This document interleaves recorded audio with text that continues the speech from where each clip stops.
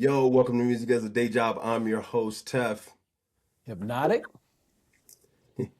And today we're going to talk about, are labels becoming banks instead of music companies? I think they've always been that, to be honest. And after we went through Techstars and understood that whole aspect of like, um, yeah, I'll break that down in a minute, but I absolutely think they are banks. It's pretty much the top only cares about the numbers. It's I always try, shown. I seen a person online that tried to talk about how it's not a loan, like this is really like this, da, da, da, da, it's like an investment or something. I can't remember what the dude was talking about. But hey, all this stuff is no matter if you give me money, if you front me money, and I have a amount plus interest that I have to pay back. That's all I'm counting as a loan. You know what I'm saying? I'm counting it as a loan because to me, that's what a loan is. You know what I'm saying? So it's like, I don't see how it's anything else. So then I feel like they've just become like that's all they do. They just put out money to each person and see who hits. You know what I'm saying? So it's like but then the numbers, the thing that makes them worse than banks is the interest rates are like, when you logically think about it, even if you take the best artist you want to take in the world, like, and you said to yourself, this person is, let's say, if I was to say Drake has 500 million people who love him, and I said that 500 million people, if everyone gave him $10, he would be worth $5 billion. It's crazy. And if I look on Forbes right now, Drake does have a lot of money, but Drake isn't a billionaire yet. So if everyone would have just gave him $10, so who's getting all this money? Because they clearly have given him way more money than that. You have his merch, you have his brand, you have his sponsorships, you have all his music, you have all his streams. And when you start saying everybody, all the people who make money off this, this is a loan that has an interest rate of like 150%. You know It what I'm could be saying? more Not than that, to be honest. 70%. Huh? Well, think of it, it could be more than that. I mean, I've heard it's up to 400% and sometimes, well, think of it like this. So venture capital companies, that's what invest into businesses, startup businesses, tech companies, this and that. A venture capital company, let's say they give, and this is like a normal scenario, they bet on 10 to 100 businesses. They give $1 million to 10 people for simple math, right? Out of that, they're hoping that one of those people become a unicorn, one of those people become a Drake, just so they can make profit. And they know out of those 10 people, 8 of them are going to fail, 8 to 7 are going to fail, and 1 to 2 are going to, like, not lose the money, but they're not going to win. But that one unicorn is going to take it. And that's the same thing labels do. Labels are like, okay, I'm not going to bet 1 million on 10 people. I'm going to bet 50,000 on 50. You know what I mean? And these are the 50 of your top local artists in the town. But what they also do is they buy up competition. So if they might want you to see if you're going to win, and if you're not going to super win, now they shelf you because you're competition. It's predatory in a sense of, like, even in venture capital world, it's you have to do the due diligence and they want to make a buku amount of dollars, but they own a part of your business. It's not always an interest rate. It becomes more than an interest rate over time if you do the math. Like if someone took $1 million loan and won, you're going to get way more. You're going to make more money doing that than giving a part of your business. But most people don't win. And So see, artists give a part and they pay back. You know what I mean? and like I get pieces of it, like it is a business, of course. And everyone has to be paid, that everyone has to be compensated, that of course has helped in building this They product, should you know be. what I'm saying? And it should be. I just feel that the amount of compensation is wild in some aspects. You know what I'm saying? Because they hold it over your head. Like I watched this one thing and this dude was kind of like, well, none of these people would have been that famous without us. And it's like, what, like, that is what bothered me so much to build concert, was because you see these dudes all the time and they talk like that and they're not talented at anything. You've just figured out how to work in a business, in a business structure to where you can profit off of products, and you're sitting there acting as if because you have a business, like a business plan that works for you, and you can control other things, and you're taking advantage of someone who lacks the business side of the world because they're artistic, and you can sell it, you feel like you deserve so much more than that situation. And that's the piece that bothers me. Like, of course, as I said, of course, everything costs. So then things do need to be paid for. So there are things that are expenses that artists need to understand, because on the other end, you do have artists that just believe they need to be paid at all, which is crazy, because we built our whole career on, we were paying for the venue ourselves, paying for the DJs ourselves, paying for everything. So I know what expenses are, because we were paying everything out our pocket, and there was no label, no nothing. And so I understand that I have to pay tons of expenses, and that needs to be recouped out the gate first.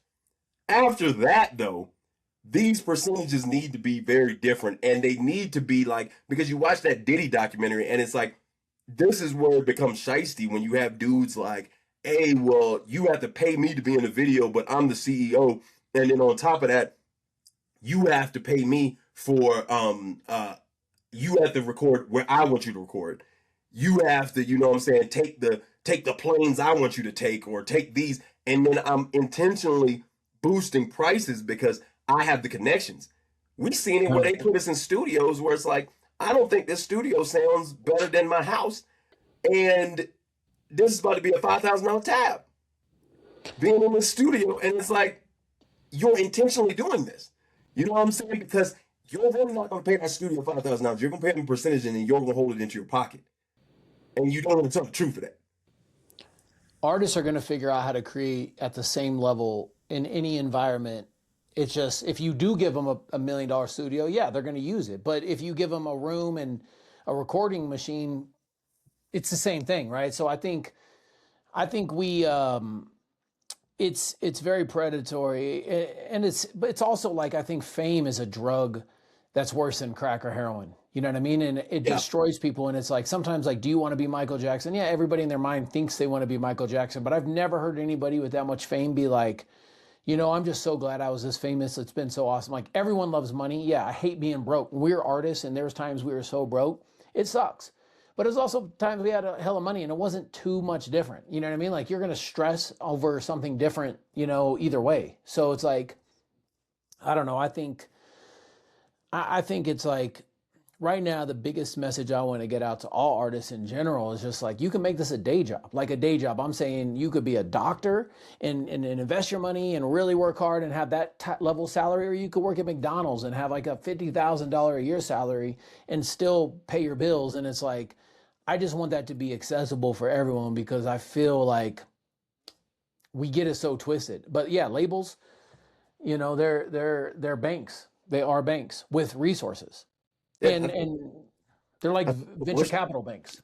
yeah, I feel like they're way worse than banks personally. Like, Yeah, me too. if people want to say, like, you know what I'm saying, like, I seen people trying to deny it's not a bank. No, that's all it is. And it's like, and as we talked in the other thing, as they cut down on A&Rs and they cut down on those situations, the resources are just connections that they're overpaying or they're underpaying, and they're pocketing the rest. And they're choosing to do that, like, for instance, like choosing who, as I said, who has to make your beats, who has to, you know what I'm saying, like, write on your songs and stuff like that, giving all these people writer credits that are their homies and stuff like that. Because when you see it from the inside and you start seeing it, it's kind of like, it becomes disgusting. And that's what we didn't like a lot, was because you start seeing it from that angle, not the gist of everyone's really just in it to make this the best album or the best situation. You get in there and it's like, they want to pay their homie, like, he has this vlog, so if you pay him, then he'll get you to this, and then if you pay, you know what I'm saying, versus like, who really is gonna make the best of it. Because it's not like, well, remember when we'd have like the mix downs, and it's like, you get this like industry mix down that was trash, and then you done pay like $3,000 for this industry mix down, and it's like, you got a homie down the street that makes it better. I always tell people, It's the homies things. It's that part that you said. It's these little groups of people who have to feed everyone in that group off of someone's talent. Now, there is some points to it, and I do think labels are necessary. It's a necessary evil, and there are some benefits to it. But it's also like, if people understood their own power, there would be more micro communities and more profit share. yeah, it's not like what labels do isn't needed. It's the gist of how bad it gets in the income gap of like who's getting paid. Like, that's the problem with me and the labels. It didn't really that the labels, like the labels have things that everyone needs. And yes, those are things, as I said, those are things that need to be paid and stuff like that, which makes sense. It's making sure it makes sense in how much are these people getting paid. Because as I Yeah. even said, like even with some of the things, like I talked about this, I think on another, like I think it was just on an Instagram post or whatnot, but I was like, one of the songs me and you made, Lit, probably we've been paid the most off that. We got it on Netflix and everything. And it's like, I always sit there and go, like, we've had industry made songs and industry made studios and industry, all this stuff. And Lit is made by, the beats made by a homie. He probably just dropped it out of Fruity Loops and then sent it to us. And then I came over your house and recorded it in your basement. With a And way it's worse like, studio than I have now, and I don't even have the greatest studio now. But this was like under $1,000 studio. yeah, and it's like, just that logic should tell people something different. Like that it's like whether, you know what I'm saying, it wasn't a hit song or anything like that. But in my career, and we've as I always tell people, we put thousands of people as the headliners, we put thousands of people in venues. We lived off this for close to 2 decades. And it's like, and we make good money. So then inside that, it's like for that to be a song that's like a staple in our situation Yeah. and comparative to the majority artists that don't make any money or are able to live off of it, that should tell you that a lot of this stuff in the industry is a lot of fluff. Because you look at a lot of these industry dudes and they have hit songs and they still ain't made no money. Yeah. You know what I'm saying? So it's like, and they got songs with the best masterer mastering and the best studio. Of course, the label made money, but these kids didn't make no money. Yeah, and maybe one day we'll break down some of the offers we got and how bad the deals would have been. But it's like when you're in that moment of excitement or buying into crowds, like, it's do it yourself at first. And if you do want to get a deal, maybe go get a bank loan. If you can get $1,000 bank loan and pay that bank loan back, Yeah. but I could talk about my first loan from a dealer. Rest in peace to the homie, but he gave me $6,000. I went and flipped it at Pueblo State Fair, selling 2,000 CDs, and it was crazy, but it was a lot of work, a lot of stress, and we'll go deeper into those stories. We'll touch base on some of them stories later, but if you can't pay back a small loan, don't get a big loan. Don't get a That's deal if you can't recoup a that's the small truth. deal. This has been Music is a Day Job. I'm your host, Tef. Hypnotic. Top Flight Empire. Brought to you by the Concert app. Download the Concert app. Do your thing. Boom.